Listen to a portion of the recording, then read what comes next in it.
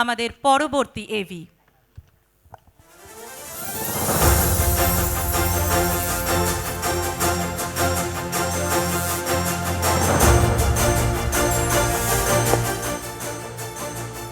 Red Wine Entertainment Initiative Tobin presents Bongo Purush Samman 2026 Season 3, co-powered by Newtown Nirman and Boshak Interiors.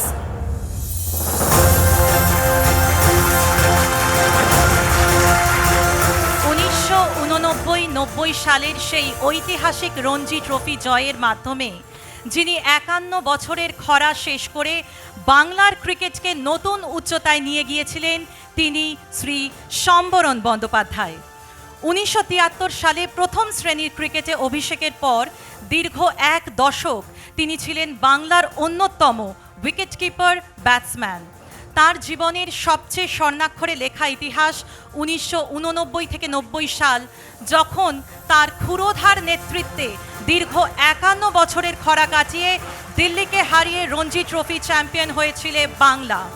1996 সালে জাতীয় নির্বাচক হিসেবে তিনিই প্রথম চিনেছিলেন তরুণ সৌরভ গাঙ্গুলির অসাধারণ সম্ভাবনা।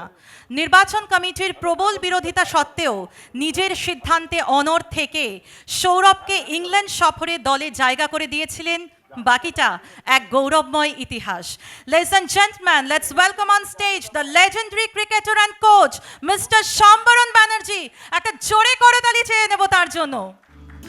A true icon who redefined the spirit of Bengal cricket and turned passion into a legacy.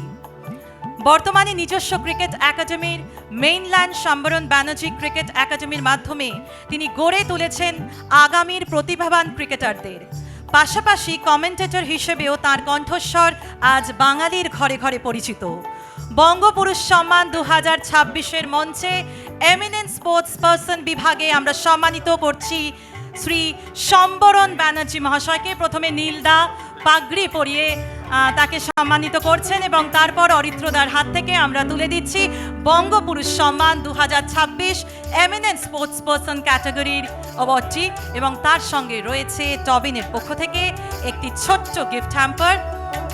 আমরা তাকে পেয়েছি, আমরা সত্যি ধন্য। আরও একবার একটু জোরে করতালি চেয়ে নেব সকলের কাছে এবং তারপর আমি সরাসরি চলে যাব তাদের কাছে, শুনে নেব কিছু কথা। আমি একটা কথা আগে বলে নিই, এখানে মাননীয় মন্ত্রী দিলীপবাবু বসে আছেন। ওনার একটা কথা গতকাল আমার এত ভালো লেগেছে, সেটা ছিল ইস্টবেঙ্গল ক্লাবের 107 বছর বার্ষিক একটা অনুষ্ঠান ছিল নজরুল মঞ্চে। উনি একটা কথা বলেছিলেন, আমি সকালেও অনেক বাচ্চাদেরও বললাম, ছেলেদের একাডেমিতে বললাম, যে বাংলার ফুটবল একসময় এত আলোকোজ্জ্বল ছিল বাঙালি প্লেয়ারদের দ্বারা, সেটা এখন কেন দেখছি না। এটা কিন্তু ভেরি ভ্যালিড প্রশ্ন। ঠিক সেই কথা আমি বলেছি, আমি লিখেছি অনেক জায়গায়, অনেক পত্রিকাতেও লিখেছি। সবচেয়ে দুঃখের কথা, এখন বাংলার রঞ্জি ট্রফি ড্রেসিং রুমে বাংলায় কথা হয় না। Not only Bangla senior dressing room, under 19, under 16 আমাদের স্টুডেন্টরা খেলে, তারা বলে স্যার আমরা হয় হিন্দি নয় ইংরেজিতে কথা বলতে হয়। এটা আমার কাছে অত্যন্ত লজ্জার। যেই বলুক যে আমি বেশি বাঙালি করি না, আমি করি, ইন্টেনশনালি করি। আমি বলি সান অফ দ্য সয়েল, তার মানে ভি বালসারা বা দেবাঙ্গ গান্ধী তারা কলকাতার বাইরে নয়, তারা বাঙালির মতনই।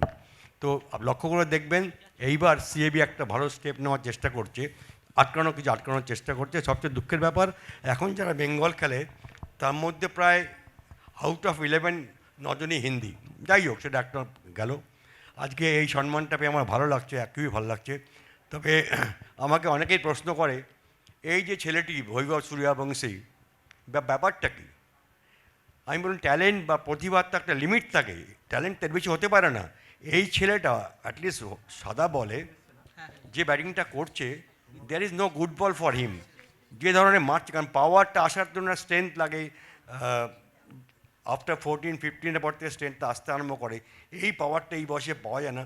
সায়েন্স মিথ্যে হয়ে গেছে, জানি না আলটিমেটলি লাল বলে কি কোন জায়গায় যাবে, যখন 3 স্লিপসে গালি ইংল্যান্ডে খেলা হবে সেখানে কীরকম করবে, সেটা টু আর্লি। তা সাদা বলে কিন্তু এই প্রতিভা কোনোদিন দেখা যায় না। তবে একটা আমার খুব অবাক লেগেছে, এখন যারা সিলেক্টর আছেন মানে ইস্ট জোনের, ওকে দেখলাম ইস্ট জোন টিমে ভাইস ক্যাপ্টেন করা হয়েছে।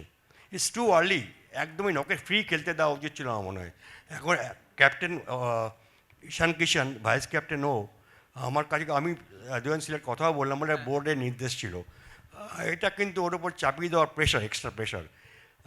যাই হোক, ইন্ডিয়ান ক্রিকেট টিম তো আপনারা দেখছেন। সবচেয়ে কথা হচ্ছে, সঞ্চালিকা বললেন সৌরভ গাঙ্গুলির কথা, আমাদের বাংলার ক্রিকেট ইতিহাসে পঙ্কজ রায়ের পরে 42 বছর বাদে সৌরভ গাঙ্গুলি। তার মাঝখানে হয়তো দু একজন খেলেছে ছিটকে ছাটকা, তারপরে ঋদ্ধিমান শাহ কিছুদিন।